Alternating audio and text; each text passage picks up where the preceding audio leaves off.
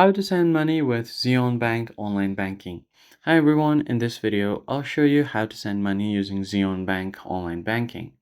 First, log into your Xeon Bank's online banking from your account or your browser. So once you are in, go to transfers and payment section.